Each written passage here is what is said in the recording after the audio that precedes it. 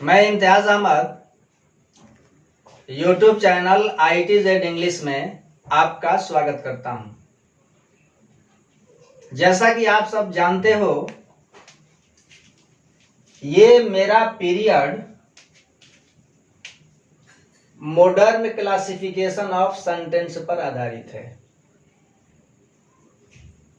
हमें पता है कि स्ट्रक्चर के आधार पर या फिर वर्ड ऑर्डर के आधार पर सेंटेंसेस जो होते हैं वह चार तरह के होते हैं: simple, compound, complex, compound complex. ये मेरा क्लास पार्ट 1 और फिर पार्ट 2 पर आधारित है। सबसे पहले आपको पार्ट 1 का वीडियो देखना है। पार्ट 1 में मैंने आपको सब्जेक्ट बताया, जहां आपने समझा कि जिसकी बात की जाए वह सब्जेक्ट होता है। फिर मैंने फाइनाइट वर्ब समझाया कि वह क्रिया जो सब्जेक्ट के नंबर, पर्सन और फिर टेंस से एग्री होती हो, सहमत होती हो, वह हमारी फाइनाइट वर्ब होती है। और जो क्रिया सहमत नहीं होती है वह नॉन फाइनाइट होती है। अब जब सेंटेंस और फाइनाइट वर्ब मिलते हैं तो सेंस बनता है और सेंस बनते ही ये सेंटेंस क्लॉज हो जाता है। इस तरह से आपके क्लॉज की रचना होती है। अब जब क्लॉज बनता है तो आपका क्लॉज दो तरह का हो जाएगा, एक मेन क्लॉज या फिर इसको आप इंडिपेंडेंट क्लॉज कहते हो या फिर प्रिंसिपल क्लॉज कहते हो। अगला जो क्लॉज बनता है वह सबऑर्डिनेट क्लॉज होता है या फिर डिपेंडेंट क्लॉज होता है। मैंने पहली पीरियड में समझाया है पार्ट 1 में कि वह क्लॉज होगा जिसमें सब्जेक्ट हो, फाइनाइट वर्ब हो, सेंस हो। अब रही बात जब सेंस की आई तो मामला होता है कि कभी सेंस कंप्लीट होता है और कभी इनकम्प्लीट होता है। ध्यान से देखो, मेन क्लॉज में भी एक सब्जेक्ट है और फाइनाइट वर्ब भी है, लेकिन इसका सेंस कैसा है? कंप्लीट सेंस है, पूरा अर्थ देता है। तब जाकर के बनने वाला क्लॉज जो होता है मेन क्लॉज होता है। लेकिन सब्जेक्ट हो, फाइनाइट वर्ब हो, इनकम्प्लीट सेंस हो, अधूरा सेंस हो, जो भाग अपने अर्थ के लिए मेन क्लॉज पर डिपेंड करता हो, वह आपका डिपेंडेंट क्लॉज होता है। एग्जाम्पल मैंने रखा था we eat so that we may eat, जहां मैंने बताया था कि वी ईट आपका ये मेन क्लॉज है, ठीक है। So that we may live आपका ये सबऑर्डिनेट क्लॉज है। क्लियर? इतना तो मैंने पार्ट 1 में आपको समझा दिया है। अगर फिर से आप देखना चाहते हो तो इस वीडियो को शुरू से आखिर तक देखो और देखने के बाद, इन सारी चीजों को समझने के बाद पार्ट 1 ज्वाइन करो, पार्ट 1 को देखो। अब इस भाग में आज आप लोग सीखोगे कि सिंपल सेंटेंस क्या होता है, कंपाउंड किसे कहते हैं, कॉम्प्लेक्स होता है क्या, है ना। सारी चीजें मैं विस्तार के साथ विद एग्जाम्पल्स आपको समझाता चलूंगा। यहां आप समझो कि वर्ड ऑर्डर के आधार पर या फिर स्ट्रक्चर के आधार पर, on the basis of structure या फिर on the basis of word order, all sentences are divided into 4 parts. First is your simple sentence, second compound sentence, complex sentence, compound complex sentence. अब मैं इन सारे sentences को 1 bye 1 करके define करूंगा, examples रख करके आपको समझाने की कोशिश करूंगा। आओ प्रयास करते हैं। पहला सेंटेंस आप देख रहे हो, ये कौन सा है? सिंपल सेंटेंस है, सिंपल सेंटेंस। ये सेंटेंस की पहली टाइप है। अब रही बात कि सिंपल को हम एक तरीके से नहीं, 2-3 तरीके से समझाने की कोशिश कर रहा हूं। वह सेंटेंस सिंपल होगा जिसमें एक सब्जेक्ट हो। मैंने आपको सब्जेक्ट डिटेल के साथ समझाया था पार्ट 1 में, आप समझ सकते हो। सिंपल सेंटेंस वह सेंटेंस होगा जिसमें क्या होना चाहिए, एक सब्जेक्ट होना चाहिए, ठीक है। अगला जो रिक्वायर है वह आपका प्रेडिकेट है। अब उलझन में मत पड़ो, सब्जेक्ट जिसकी बात की जाए सब्जेक्ट होता है, और प्रेडिकेट का मतलब सब्जेक्ट के विषय में जो कहा जाए वह आपका प्रेडिकेट होता है, ठीक है। जिसकी बात की जाए सब्जेक्ट, और सब्जेक्ट के विषय में जो कहा जाए वह आपका प्रेडिकेट होता है। अगर किसी सेंटेंस में सब्जेक्ट है, प्रेडिकेट है, तो निसंदेह वह सेंटेंस आपका सिंपल सेंटेंस है। इसको आप ऐसे भी समझ सकते हो, वह सेंटेंस सिंपल होगा जिसमें एक सब्जेक्ट हो, फाइनाइट वर्ब हो, फाइनाइट वर्ब हो, और कंप्लीट सेंस हो। ध्यान से देखो आप, वह सेंटेंस सिंपल सेंटेंस होगा जिसमें एक सब्जेक्ट हो, फाइनाइट वर्ब हो और कंप्लीट सेंस हो। और यही सारी बातें, subject, finite verb, complete sense वाली, मैंने आपको मेन क्लॉज के बारे में भी बताया था कि वह सेंटेंस मेन क्लॉज होगा जिसमें एक सब्जेक्ट हो, फाइनाइट वर्ब हो, कंप्लीट सेंस हो। अगर कंप्लीट सेंस है तो वह आपका इंडिपेंडेंट क्लॉज या फिर प्रिंसिपल क्लॉज या फिर मेन क्लॉज होता है। और यही चीज यहां भी आ गई कि जिसमें एक सब्जेक्ट हो, फाइनाइट वर्ब हो, कंप्लीट सेंस हो, वह क्या होता है, सिंपल सेंटेंस होता है। इसका मतलब कि एक मेन क्लॉज जो होता है, ये देखो दूसरा सिस्टम है समझने का। तीसरा सिस्टम है, वह सिंपल सेंटेंस होगा जो मेन क्लॉज होगा। इसका मतलब कि वास्तव में मेन क्लॉज ही आपका एक सिंपल सेंटेंस है। देखो मैं मेन क्लॉज को, मेन क्लॉज और सिंपल सेंटेंस को बिल्कुल इक्विवेलेंट बतलाना चाह रहा हूं कि दोनों एक ही चीजें हैं। हम इनको दो नामों से याद करते हैं, कहीं हम इसको सिंपल सेंटेंस कहते हैं और कहीं मेन क्लॉज कहते हैं, ठीक है। तो ये रहा आपका सिंपल सेंटेंस का डेफिनेशन। एक एग्जाम्पल है, राम प्लेज फुटबॉल डेली, ठीक है। अब इस सेंटेंस में प्लेज जो है आपका वर्ब है, फुटबॉल ऑब्जेक्ट है, डेली कॉम्प्लीमेंट है। प्लेज क्रिया का सब्जेक्ट जो है राम है। मैंने बताया है कि जिसकी बात की जाए वह आपका सब्जेक्ट होता है। किसकी बात चल रही है, तो राम की, तो राम क्या हो गया, सब्जेक्ट। अब सब्जेक्ट और प्रेडिकेट समझो आप। राम तो भाई आपका क्लियर है, राम सब्जेक्ट है। प्लेज फुटबॉल डेली जो है ये आपका प्रेडिकेट है, ठीक है। जिसकी बात की जाए सब्जेक्ट, और सब्जेक्ट के विषय में जो कहा जाए वह आपका प्रेडिकेट होता है। राम के विषय में क्या कहना है, प्रतिदिन फुटबॉल खेलता है, कौन, राम ना। तो प्रतिदिन फुटबॉल खेलता है, प्लेज फुटबॉल डेली, ये किसके बारे में कही गई बात, राम के बारे में। राम क्या है, सब्जेक्ट, और जो सब्जेक्ट के विषय में कहा जाए वो आपका क्या है, प्रेडिकेट है। इसका मतलब कि इस सेंटेंस में सब्जेक्ट भी है, प्रेडिकेट भी है। इसका मतलब हुआ कि ये सेंटेंस आपका सिंपल सेंटेंस है। अब दूसरे डेफिनेशन की तरफ चलो, सब्जेक्ट हो, फाइनाइट वर्ब हो, कंप्लीट सेंस हो। देख लो, सब्जेक्ट भी है, फाइनाइट वर्ब भी है, और सेंस भी आपका कंप्लीट है। इसका मतलब कि ये आपका सिंपल सेंटेंस है।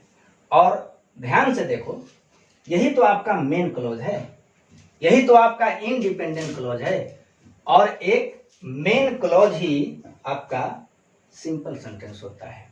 सिंपल सेंटेंस के लिए कॉन्सेप्ट बना लो,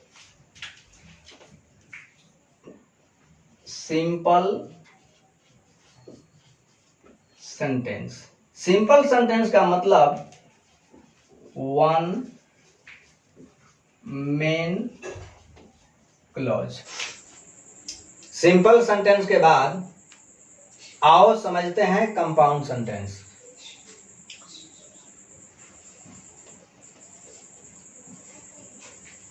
कंपाउंड सेंटेंस, ठीक है। कंपाउंड सेंटेंस वह सेंटेंस होता है जिसमें दो मेन क्लॉजेस किसी कोऑर्डिनेटिंग कंजक्शन से जुड़े होते हैं। क्या होते हैं? दो मेन क्लॉजेस किससे जुड़ते हैं? कोऑर्डिनेटिंग कंजक्शन से जुड़ते हैं। अब रही बात कि कोऑर्डिनेटिंग कंजक्शन क्या होता है, तो आपका कंजक्शन जो होता है वो दो तरह का होता है। एक होता है कोऑर्डिनेटिंग कंजक्शन और फिर अगला होता है सब ऑर्डिनेटिंग कंजक्शन। तो कोऑर्डिनेटिंग कंजक्शन मेन क्लॉजेस को जोड़ता है, सब ऑर्डिनेटिंग कंजक्शन सबऑर्डिनेट क्लॉज को मेन क्लॉज से जोड़ता है। मैंने कहा कि जिस वाक्य में दो मेन क्लॉजेस किसी कोऑर्डिनेटिंग कंजक्शन से जुड़ा हो वह सेंटेंस हमारा कंपाउंड सेंटेंस होता है। कोऑर्डिनेट कंजक्शन का मतलब होता है जो दो पीसेस को जोड़े, जैसे कि but, and, therefore, as well as. तो इस तरह के कंजक्शन जब भी जोड़ते हैं तो दो पीसेस को या फिर दो मेन क्लॉजेस को जोड़ते हैं। कंपाउंड के लिए मैंने कहा कि वह सेंटेंस कंपाउंड होता है जिसमें दो मेन क्लॉजेस होते हैं जो एक कोऑर्डिनेट कंजक्शन से जुड़ते हैं। जैसे Ramu is tall and strong. अब इस सेंटेंस में दो सेंटेंस छुपा हुआ है। पहला है रामू इज टॉल और फिर अगला सेंटेंस है रामू इज स्ट्रॉन्ग। चूंकि रामू के अंदर दो क्वालिटी है, एक है टॉल और दूसरा है स्ट्रॉन्ग, और दोनों एडजेक्टिव हैं और इन दोनों को आपने एंड से जोड़ दिया है। रामू लंबा और मजबूत है ना, बनने वाला सेंटेंस आपका कंपाउंड सेंटेंस है। फिर मैं कहूं कि ही रीड्स एंड एंजॉयज, वह पढ़ता है और आनंद लेता है।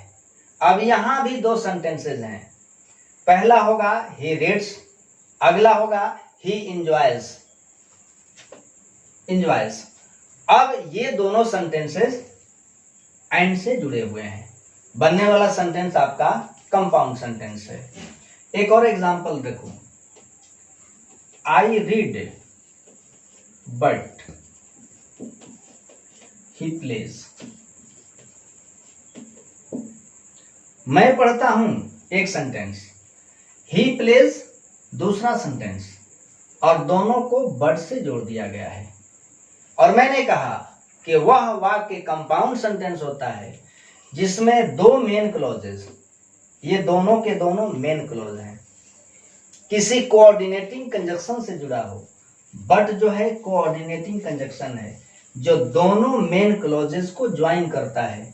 इस तरह से बनने वाला सेंटेंस हमारा कंपाउंड सेंटेंस होता है। इसका मतलब कॉन्सेप्ट आपका बनना चाहिए कि सिंपल का मतलब वन मेन क्लॉज और कंपाउंड का मतलब कंपाउंड सेंटेंस का मतलब टू मेन क्लॉजेस। ये आपका दूसरा कंसेप्ट होना चाहिए। सेंटेंस है आपका complex sentence. Complex sentence, complex sentence वह सेंटेंस होता है जिसमें कम से कम एक सबऑर्डिनेट क्लॉज किसी मेन क्लॉज से जुड़ा होता है। कम से कम क्या होना चाहिए? एक सबऑर्डिनेट क्लॉज। आपका सबऑर्डिनेट क्लॉज एक से अधिक भी हो सकता है, लेकिन मेन क्लॉज जो होता है ओनली एक होता है, ओनली वन होना चाहिए। यानी कि जिसमें कम से कम एक सबऑर्डिनेट क्लॉज और एक मेन क्लॉज हो जो किसी सब ऑर्डिनेटिंग कंजक्शन से जुड़े हों, तो उस तरह का बनने वाला सेंटेंस आपका कॉम्प्लेक्स सेंटेंस होता है। एग्जाम्पल देखो आप, he told me that Ratan had gone. उसने मुझसे कहा, ये आपका मेन क्लॉज है। ठीक है, मेन क्लॉज इसलिए है कि सब्जेक्ट है, फाइनाइट वर्ब है और कंप्लीट सेंस है, इसलिए आपका ये मेन क्लॉज है। अगला भाग है कि रतन जा चुका था, उसने मुझसे कहा कि रतन जा चुका था। अब ये अगला भाग जो है आपका एक सब ऑर्डिनेट क्लॉज है, सब ऑर्डिनेट क्लॉज। ध्यान से देखो आप, सब्जेक्ट भी है, फाइनाइट वर्ब भी है, लेकिन सेंस इसका इनकम्प्लीट है। डैट रतन हैड गॉन, ये अपने अर्थ के लिए मेन क्लॉज पर निर्भर करता है, इसलिए आपका ये सबऑर्डिनेट क्लॉज यानी कि डिपेंडेंट क्लॉज है।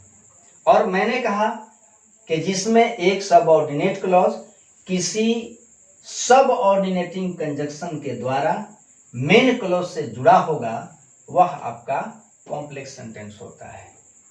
ठीक है, अब इसके बाद कंपाउंड कॉम्प्लेक्स देखो आप, ये रहा आपका तीसरा, ये चौथा होगा कंपाउंड कॉम्प्लेक्स।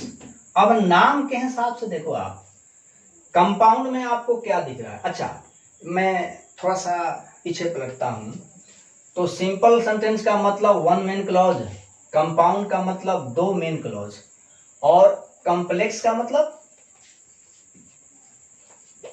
कॉम्प्लेक्स सेंटेंस का मतलब एटलीस्ट वन सबऑर्डिनेट क्लॉज और वन मेन क्लॉज। ये M main, C clause, main clause, यानी कि जिसमें एक मेन क्लॉज और कम से कम एक सबऑर्डिनेट क्लॉज होता है, वह कॉम्प्लेक्स सेंटेंस होता है। अब ध्यान से देखो, कंपाउंड कॉम्प्लेक्स, अब दोनों को जोड़ दिया गया, कंपाउंड भी इसमें शामिल हुआ, कॉम्प्लेक्स भी इसमें शामिल हुआ। कंपाउंड के अंदर हमको दो पीसेज मिले या दो मेन क्लॉजेज मिले।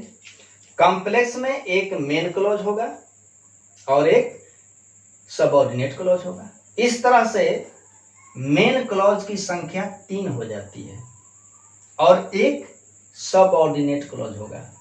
लेकिन आप अपने दैनिक जीवन में इस तरह के सेंटेंस कभी नहीं बोलते हो जिसमें 3 या 4 सेंटेंसेस एक साथ होते हैं, है ना। तो कंपाउंड कॉम्प्लेक्स समझने के लिए आप ऐसा कर लो कि जिसमें कम से कम 2 मेन क्लॉज हों और एक सबऑर्डिनेट क्लॉज हो, वह सेंटेंस आपका कंपाउंड कॉम्प्लेक्स होगा। क्या शर्त बनी? 2 मेन क्लॉज और एक सबऑर्डिनेट क्लॉज मिल करके कंपाउंड कॉम्प्लेक्स बनाते हैं। जैसे व्हेन आई रीच्ड होम, जब मैं घर पहुंचा,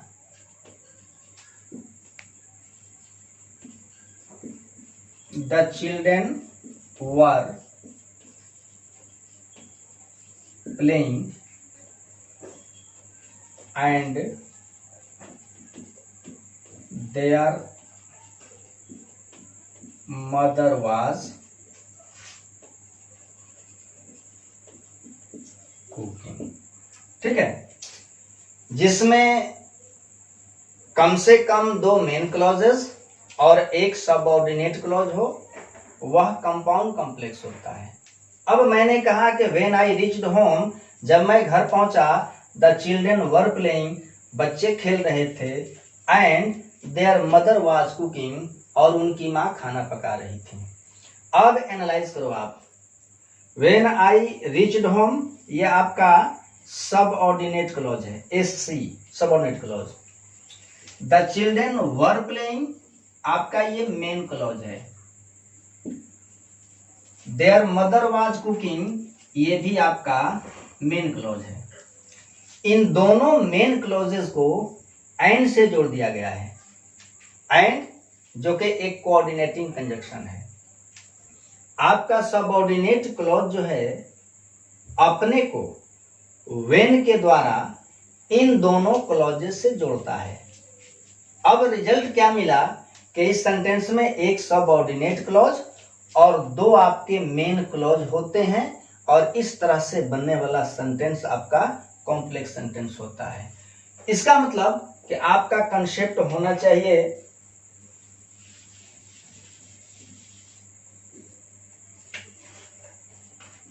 कंपाउंड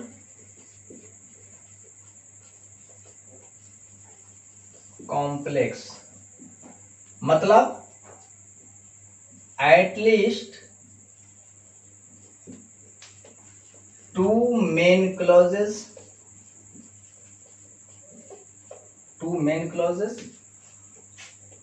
one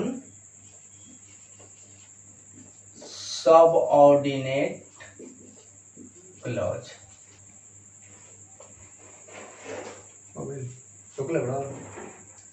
कंपाउंड कॉम्प्लेक्स के लिए आपका कॉन्सेप्ट होना चाहिए कंपाउंड कॉम्प्लेक्स। क्या मिला इसमें? कम से कम 2 पीसेस और 1 SC, at least 2 main clauses, 1 subordinate clause. ठीक है, अब हम इसको थोड़े से शब्दों में कह डालें कि एक मेन क्लॉज हमारा सिंपल सेंटेंस होता है, 2 मेन क्लॉजेस मिलकर के कंपाउंड बनाते हैं, कम से कम एक सबऑर्डिनेट क्लॉज और एक मेन क्लॉज मिलकर के कॉम्प्लेक्स बना देता है, और 2 मेन क्लॉजेस, कम से कम एटलीस्ट 2 मेन क्लॉजेस और एक सबऑर्डिनेट क्लॉजेस मिलकर के हमारा कंपाउंड कॉम्प्लेक्स सेंटेंस बनता है। मुझे पूरा भरोसा है कि आपने स्ट्रक्चर के आधार पर सेंटेंसेस के जो टाइप्स होते हैं उसको अच्छी तरह से समझ लिया होगा। अब तक आपने मेरे चैनल को सब्सक्राइब नहीं किया तो प्लीज आप मेरे चैनल को सब्सक्राइब कीजिए, लाइक और शेयर कीजिए, साथ ही साथ बेल आइकन को भी प्रेस कीजिए ताकि आपको फर्दर नोटिफिकेशन मिलता रहे। मैं एक और रिक्वेस्ट करूंगा कि आप वीडियो को शुरू से आखिर तक देखें, और देखने के बाद वीडियो के अंदर क्या अच्छा है और क्या बुरा है बिल्कुल खुले शब्दों में आप कमेंट कीजिए। आपके कमेंट का मैं स्वागत करता हूं। फिर मिलता हूं अगली पीरियड में, तब तक के लिए खुदा हाफिज, अलविदा।